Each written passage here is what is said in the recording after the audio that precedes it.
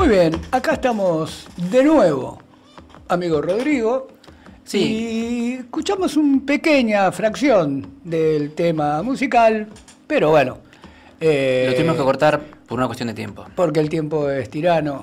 Lo hice todos los programas. Pero porque yo lo escucho todavía. ¿Qué es lo que pretende? Quiero sentirme como un... ¿Qué pretende? ¿Un aumento de sueldo para cambiar esa frase? Pero yo lo que... ¿Sueldo? ¿Sueldo? Volviendo ahora al tema por el cual la gente en realidad nos escucha. Ramos Mejía técnicamente renunció. Entre comillas, ¿no? No es que renunció. Lo renunciaron. Lo renunciaron. Pero vio cuando le ponen la renuncia para que la firme. Sí. Había tensiones constantes ahí entre los distintos sectores de esta oligarquía, de esta élite que gobernó. De esa élite. Sí, de esta élite que gobernó al... Claro, después, usted dice que después vinieron otras. Sí. No, yo estoy hablando de esta, de la denominada generación del 80, que ese término, generación del 80, se empezó a utilizar recién cuando asume Don Hipólito. Es decir, ellos no se autopercibían ni autodenominaban generación del 80. Estaban estos sectores conservadores, estos sectores reformistas, y eran constantemente las tensiones que habían, especialmente en las sesiones del Congreso. Tantas eran las tensiones que el que reemplaza al amigo Ramos Mejía, Carlos Meyer Pellegrini, tampoco dura mucho. No. Fíjese una cosa, cómo se manifestaban estas tensiones o cómo le afectaban a Ramos Mejía. Con el manejo de los fondos se los retenían, por ejemplo. Con las presiones de la empresa que manejaba el Ferrocarril Sud, que decían, ¿cómo es eso que Ramos Mejía quiere construir un ferrocarril? Acá los únicos que manejamos ferrocarriles somos nosotros los ingleses. ¿Qué quiere este tipo? Incluso más, mire, se llegó al extremo de que él presenta planos con todos sus proyectos y se los queman. Ajá. Afortunadamente él tenía copia de todo. En realidad había presentado las copias, no los originales. Las copias. Porque se la veía... Cuando vio que decía Iron Mountain, que el vehículo que vino a buscar sus escritos, dijo, mejor le mando unas copias. Bailey Willis en sus memorias presentó a Ramos Mejía, por ejemplo, como un patriota, un estadista patriota, eso es lo que él decía exactamente.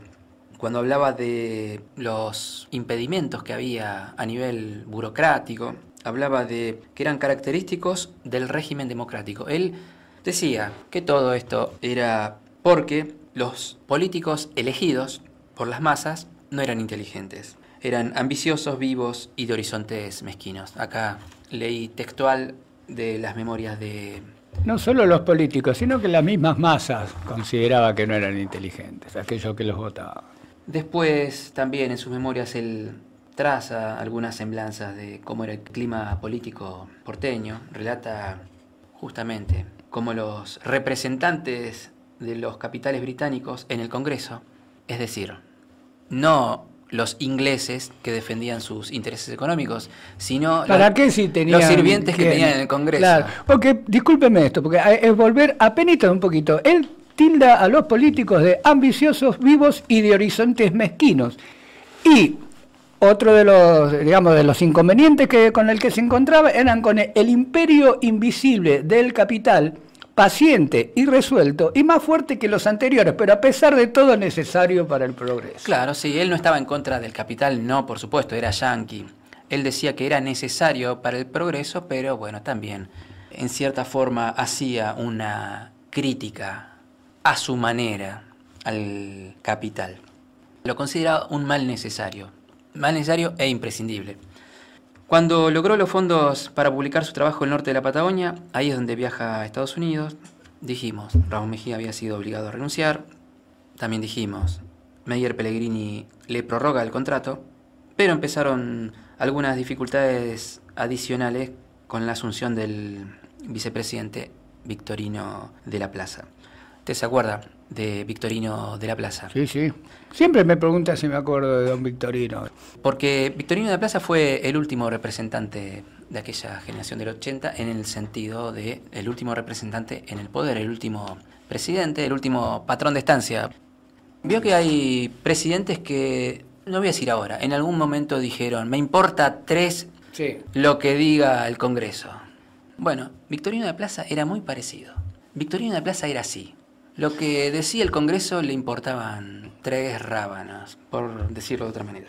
Sin embargo, obviamente tenía que acatar. Acuérdese que en ese momento empezaba a emerger la figura no solo de don Hipólito, sino también de la Unión Cívica Radical, que empezó a tener amplia representación en el Congreso. Entonces ya no le era tan fácil a esa oligarquía poder imponer leyes. Y eso le costó un poco aceptarlo a don Victorino, que usted sabe que Victorino de la Plaza fue compañero de Julio Argentino Roca en la escuela. Ya era un poco más grande incluso. Mientras Julio Argentino recién arrancaba sus estudios secundarios, don Victorino... Ya había repetido 3, 4 veces. No había repetido, no, pero sí ya estaba terminándolos. Pero digo que compartieron el espacio de formación. En su memoria también podemos ver a Bailey Willis, que habla de, por ejemplo, el nuevo ministro de Obras Públicas, después que lo sacan también a Meyer Pellegrini, asume en ese cargo Manuel Moyano. ¿A quién le aumentan el presupuesto? Que lo habían acotado. Pero dice, por ejemplo, Bailey Willis, muchos años después, describiendo a Manuel Moyano, dice que era un burócrata y... fíjese una cosa, aparte de lo que hizo Bailey Willis, este Manuel Moyano, ¿sabe lo que era? Era director de la Compañía Británica de Ferrocarriles. Era el director autóctono, no el director inglés. Ningún conflicto de intereses me va a detener. Moyano le firmó un decreto de prórroga a Bailey Willis, pero más que nada simbólico, porque se lo hizo solamente hasta ahí para el mes de... En una servilleta. Abril, sí, de 1914. O sea que... Y aparte le puso todos los obstáculos posibles. Todos los obstáculos que existieran, se los puso a Bailey Willis. Y si no existían, los inventaba. Así que fíjese lo que le costó a este geólogo norteamericano que vino con unas ideas que dejó plasmadas, por suerte, en su trabajo El norte de la Patagonia, que en realidad eran 2 tomos. Solo completó el primero. El segundo no lo terminó porque, obviamente, no le renovaron el contrato. Sin embargo, él lo terminó en Estados Unidos, por su cuenta. El Estado argentino... Tardó mucho tiempo, ¿no?, en recuperar ese material. Casi 20 años después lo recupera el Estado argentino gracias a la gestión de otro Ezequiel, Bustillo, que fue presidente de Parques Nacionales, del cual hemos hablado un poco cuando hicimos aquel programa que hablamos, el tema de las tierras de Traful. ¿Se acuerda que hablamos de ley? Hablamos también de todos los norteamericanos que estuvieron en esa zona de estancia la primavera. ¿Se acuerda de ese programa? Sí, sí. Ahí hablamos de la creación de parques nacionales y hablamos también un poco de Ezequiel Bustillo. Y la importancia de Bustillo la tiene el hecho de que la calle principal es... Sí, no me acordaba el nombre. Uno era Ley y el otro era Ted Turner. Tenemos justamente este trabajo del norte de la Patagonia, es el estudio más avanzado, es el informe técnico más avanzado que se haya hecho jamás hasta ese momento. El informe técnico sobre la naturaleza de la región patagónica estudiada en términos de recursos económicos, es decir, todo el potencial que tenía. Él en su obra clasifica todos esos recursos, como dijimos en el bloque anterior, creo que lo dijo usted, con la experiencia que ya había obtenido en Estados Unidos, haciendo el mismo trabajo en aquel lejano oeste. Esa metodología que él utilizó, la ciencia y la técnica aplicadas directamente al desarrollo de este trabajo, que hizo que, por ejemplo, produjera un montón de, no solo textos, mapas. Algunos mapas están publicados en la página de Masneuquén, pero representan solamente el 2% de todo el material. ¿De su producción? Sí, es realmente impresionante la cantidad de trabajos que dejó en ese informe El norte de la Patagonia. Un poco ese interés por la naturaleza que él dejó plasmado en todos sus trabajos. Estamos hablando de la naturaleza en cuanto a recursos económicos, ¿no? Fue transmitido por su familia, porque Bailey Willis fue además educado en Europa. También el haber trabajado en el Servicio Geológico de los Estados Unidos. Y él estaba convencido que la experiencia justamente de ese país se podía trasladar en condiciones similares o incluso superiores acá en la Argentina. Se habituó a formar equipos, a coordinar equipos de trabajo Pero tenía una particularidad, todos los equipos que él formaba eran todos autónomos. No estaba centralizado todo en su dirección. Él dejaba total libertad a sus equipos para que trabajaran de manera totalmente libre. Se trajo los mejores técnicos, los mejores topógrafos, los mejores geólogos de Estados Unidos para que formaran parte de ese equipo.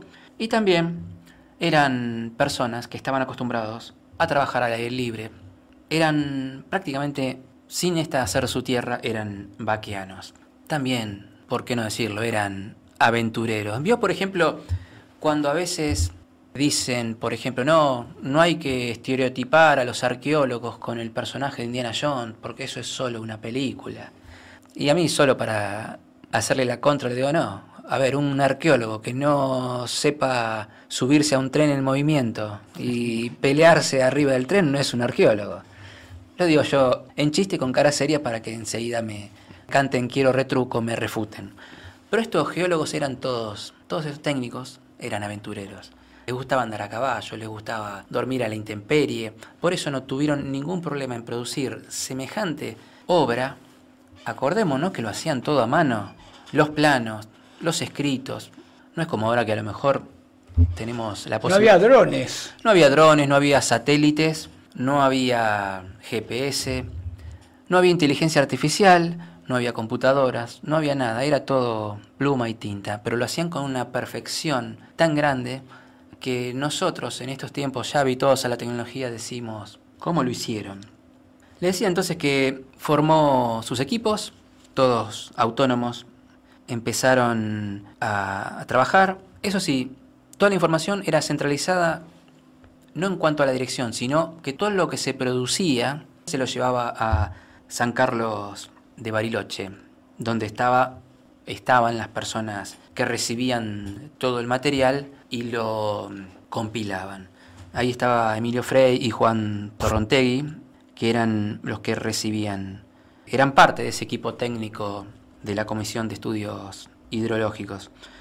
Una de las cosas que fueron fundamentales, y veo que no vamos a llegar para hablar de la ciudad industrial del sur de Nahuel Huapi, entonces podemos ya ir adelantando que eso lo vamos a dejar para el próximo programa. Tiene muchos detalles y que no me gustaría relatarlos en 5 minutos. Una de las características de los profesionales que se trajo de Estados Unidos era, primero, la velocidad con la que trabajaban. Eran muy rápidos. Y aparte, la exactitud que tenían para poder hacer cartografía. Obviamente, todas esas aptitudes que habían desarrollado en el mismo trabajo, pero en los Estados Unidos. En una época en la que los Estados Unidos también se estaba expandiendo y desarrollando hacia el lado oeste. Don Bailey Willis le propuso a las autoridades del Ministerio de Agricultura argentino la formación de un servicio geológico que tuviera las mismas aptitudes técnicas del que él traía de Estados Unidos. Él, gracias a ese trabajo de esos geólogos, topógrafos, él pudo primero hacer una clasificación de las distintas tierras que componían la cordillera, no solo la parte montaña, sino también la parte fértil, que iban a permitir colonizar lo que él denominó la Suiza argentina, donde él proyectaba, ese es el tema del próximo programa, le aviso, donde él hablaba de que iba a haber 3 millones de ciudadanos robustos e industriosos. Esas eran las palabras que él utilizaba para definir esta nueva Suiza argentina, de la cual también hemos hecho alguna mención justamente cuando hicimos el programa del proyecto Hudson, proyecto prácticamente de una década después, donde se mencionaba como antecedentes este trabajo de Bailey Willis de la Suiza argentina. Inclusive la creación como de otra provincia, ¿no? Que vinculaba la parte de la cordillera, los lagos. Es como pensar en una gigantesca Disneylandia que nunca se hizo, ¿no? Porque con ferrocarriles, desarrollos, con 3 millones de habitantes que iban a venir a través de muchas líneas férreas, caminos, el incentivo de no darle tierra, 80.000 hectáreas a una persona, sino colonizarlo, ¿no? Llevar con más gente que dueños, digamos.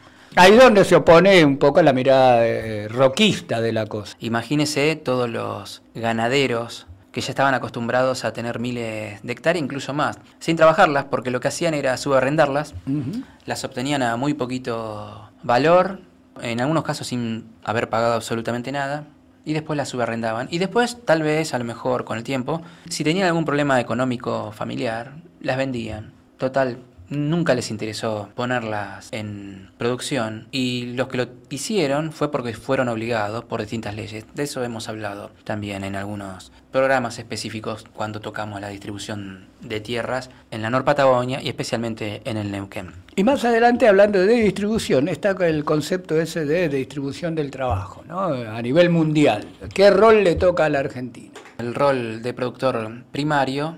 Nosotros exportamos toda la producción primaria y después toda la manufactura donde usan esa producción primaria la importamos. Rol que tenía la Argentina y al cual se contrapone la visión de Ramos Mejía, a la cual Bailey Willy con sus proyectos también le da una solución técnica para justamente dar vuelta a esa visión, ese paradigma. Nos tenemos que ir. ¿Qué le parece si nos vemos el próximo programa? Muy bien. ¿Y qué le parece al oyente si nos oye el próximo programa? Porque él no nos va a ver. En cambio, nosotros sí nos vemos, pero los oyentes no, amigo. No, y si no, nos pueden seguir por el canal de YouTube. Esa es otra historia. Y si quieren escuchar este programa o cualquier otro, están ahí, o la mayoría están ahí. Hay como 100 programas para elegir.